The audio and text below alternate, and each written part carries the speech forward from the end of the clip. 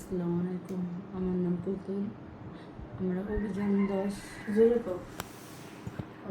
10 আমরা বৃহস্পতিবার সন্ধ্যে 6টায় আমরা লঞ্চে উঠছিলাম। আমরা 9 জন, আমার ফ্যামিলি, আমার 2 ছেলে, আমার হাজব্যান্ড, ভাইয়ের বউ, আমার মা, ভাইজি। তো আমরা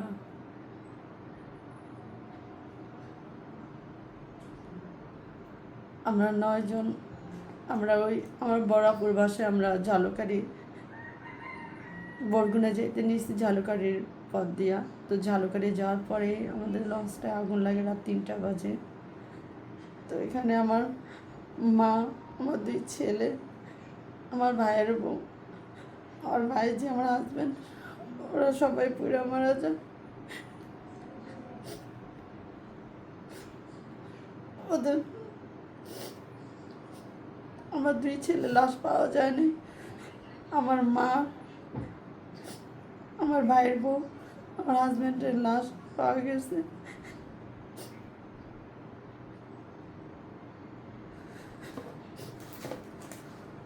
আপনারা যখন লঞ্চের ভিতরে যখন আগুনটা লাগে, সেটা কি কত মিনিটের ভিতরে আগুনটা ছড়ায় যায়? 10 মিনিট আগুনটা ছড়ায় গেছে।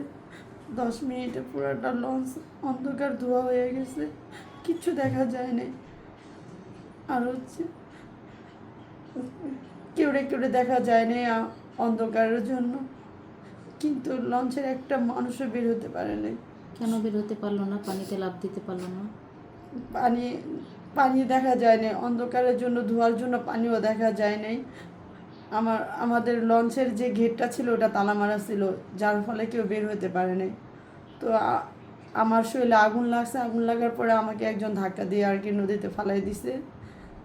কিন্তু আমার হাজব্যান্ড, আমার 2 ছেলে, আমার মা, আমার ভাইয়ের বউ, ওরা কেউ বাচ্চা নেই, ওরা সবাই পুরো মারা গেছে। যখন যখন লঞ্চে আগুন লাগছে তখন আপনার বাচ্চারা, আপনার হাজব্যান্ড আপনার সাথে ছিল না? জি, কিন্তু কেউ দেখি নেই। কিন্তু আমি শব্দ পাইছি। আমার ছেলে চিল্লেছে, আম্মু বাঁচাও, আম্মু বাঁচাও। কিন্তু আমি বাঁচাতে পারি নাই। আমার ছেলেকে আমি দেখি নাই। আপনার ছেলেরা চিৎকার করতেছিল যে আম্মু বাঁচাও বাঁচাও, আওয়াজ শুনতেছেন কিন্তু বাচ্চাকে খুঁজে পাচ্ছিলেন না? না, আমি আওয়াজ শুনছি কিন্তু আমার বাচ্চাকে খুঁজে পাই নাই। আমার বাচ্চাদেরকে আমি খুঁজে পাই নাই। ওর বাবা ছিল, ওর বাবা দেখছে আমার বড় ছেলেরকে আগুন লাগছে। বড় ছেলের ওর আব্বু ধরতে যায়, আমার ছোট ছেলের গায়ে আগুন লেগে গেছে। কিন্তু 2 ছেলের, 1 ছেলেরও বাঁচাইতে পারে নাই। আপনার স্বামীকে কি পরবর্তীতে পাইছেন? জি, উনি বাণী এটা ছিল। কতদিন ছিল? 13 দিন ছিল।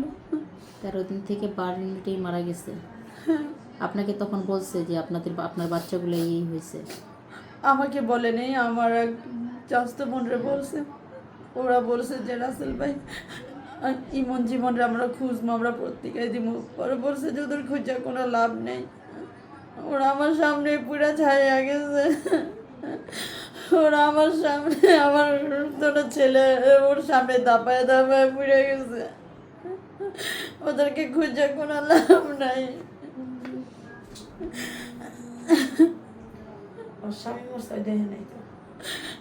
আমি 13 দিন আমি আইসিইউতে ভর্তি ছিলাম। আমার কোনো জ্ঞান ছিল না।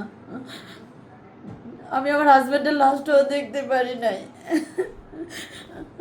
ওর লাশটাও আমি দেখতে পারি নাই। কিন্তু আমি মারা গেছে তখন আমাকে এক নজর দেখাইছে যে ও আর এই দুনিয়াতে নাই। আপনার বাচ্চাদের ছবি আছে আপনার কাছে? জি আছে, আমার বাচ্চাদের ছবি আছে, আমার হাজব্যান্ডের ছবি আছে। সেই লঞ্চে তো অনেক মানুষ মারা গেছিল। এটা হচ্ছে আমার হাজব্যান্ডের ছবি।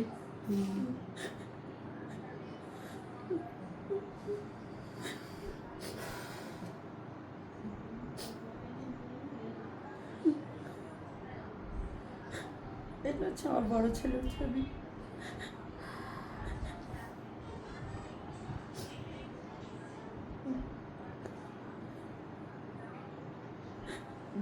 আর এটা হচ্ছে আমার ছোট ছেলের ছবি, উপরে আমার বড় ছেলের ছবি।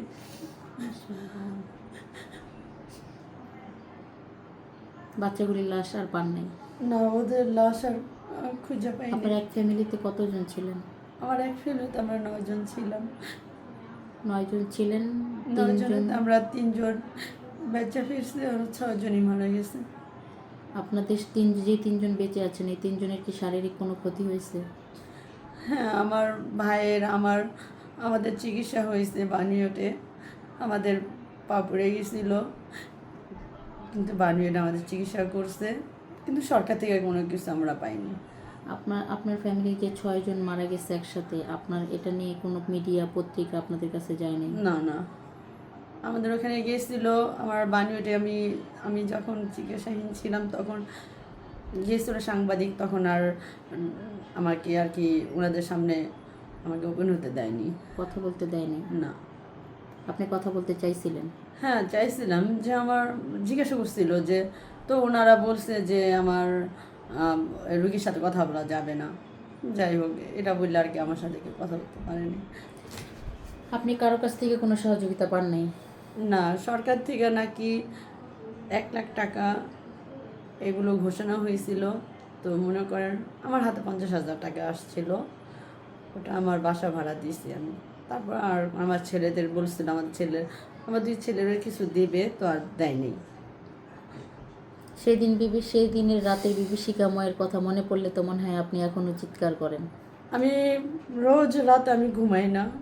আমার প্রতিদিন রাত হলে আমার চিৎকার বেড়া কান্না আসে। আমি আজ 4টা বছর আমি ঘুমাইয়া দেখি না। সেই আগুন আর সেই চিৎকার আমার কানে বাজে, আমার ছেলের কণ্ঠ আমার কানে বাজে, আমার ছেলে আম্মু আম্মুকে চিল্লেছে সেটা আমার কানে বাজে, কিন্তু আমার ঘুম নাই। আমি কীভাবে ঘুম, আমার বাচ্চাদের আর আমার চোখে ভাসে। আপনার সাথে যারা, আপনার স্বামী, বাচ্চাদের কথা তো শুনলাম, আর সাথে যারা মারা গেছে তারা কারা কারা? আমার আম্মা, আমার আপনার মার লাশ পাওয়া গেছে? জি, আমার আম্মার লাশ পাওয়া গেছে, আমার মেজো ভাইয়ের বউ, ওর মেয়ে, আর হচ্ছে মানে আপনার ভাতিজি, ভাবি? হ্যাঁ, আমার ভাইয়ের বউ, ভাইয়ের মেয়ে, আমার মা, আমার মাকে আর আমার আমার ভাইয়ের বউ একসাথে পাইছে।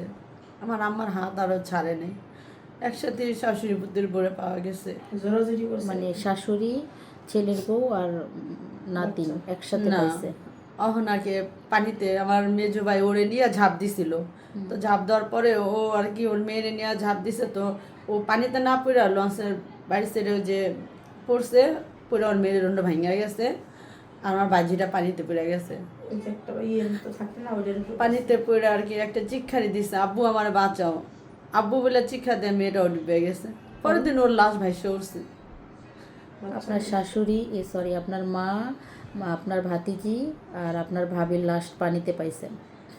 আমার ভাতিজির লাশ পানিতে পেয়েছি, আর আমার আম্মারে আর আমার বাইরের বড় লঞ্চেই আর কি পড়ন্ত অবস্থা। আমরা এটা আর কি ওই যে কফিনে নিয়ে আসছিল লাশ, ওইখান থেকে আর কি লাশের পাইছিলেন? হ্যাঁ। আপনার ভাই তো বেঁচে আছে? হ্যাঁ, আমার ভাই বেঁচে। আপনার ভাইয়ের শারীরিক অবস্থা কেমন এখন? এখন ও মানে ওর এই মেরুদণ্ডতে ব্যথা ওর, তো ওইটা নিয়ে আমার ছোট ভাই আছে, ওর একটা হাত নেই, আছে আমাদের কোনো অবস্থায় আছে। আপনারা কারোর কাছ থেকে তেমন আর কোনো সহযোগিতা পান না, না? আমরা শুধু ওই 50,000 টাকা পাইছিলেন? হ্যাঁ, 1 লাখ টাকা দেওয়ার কথা ছিল, 50,000 টাকা দিল কেন? সেটা ম্যাম আমি কি বলতে পারবো না। এটার মধ্যে কি কোনো দালাল কাজ করছে? তাও জানি না, সেটা আর কি আমাদের তো এই দৌড়াদৌড়ি করার মতো কোনো লোক ছিল না। এখন তো আপনার অবস্থা অনেক ভয়াবহ। জি, আপনি নিজে চলতে পারছেন না। না, কি পরিস্থিতি এখন আপনার? থাকেন কোথায়, কি করছেন? আমি এখনো ভালো বাসায় আছি, যে বাসায় আর কি ছিলাম ওই বাসায় এখন আছি। তো এর জন্য আমি আর কি এখন আপনার খাওয়া দাওয়া খরচ? কাজের সিদ্ধান্ত নিয়েছি, খাওয়া দাওয়া খরচ মোটামুটি চলে আর কি।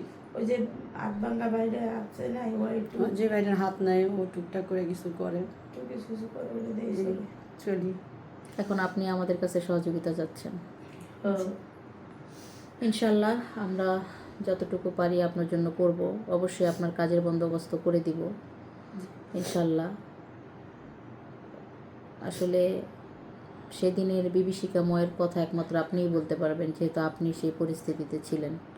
জি এটা শোনার পরে আসলে, আপনার কথা শোনার পরে আসলে কেউ ঠিক থাকতে পারে না। আমি নিজেও ঠিক নাই, আমার শরীরের সমস্ত লোম দাঁড়িয়ে গেছে, ভিতর কাঁপতেছে। যাই হোক, আপনার জন্য শুভকামনা থাকবে। আপনি এখন জীবনে যা করতে চাচ্ছেন, সকল বাড়িওয়ালারা অনেক হেল্প করছে, অন্তত পাশে বেঁচে কেউ থাকার যাইতে দেয় জন্য, নাই। আবার এখনো খুবই করে মা অন্তত বেঁচে থাকার জন্য যতটুকু করা যায় আপনার জন্য আমরা চেষ্টা করব। জি ভালো থাকবেন। আসসালামু আলাইকুম। জি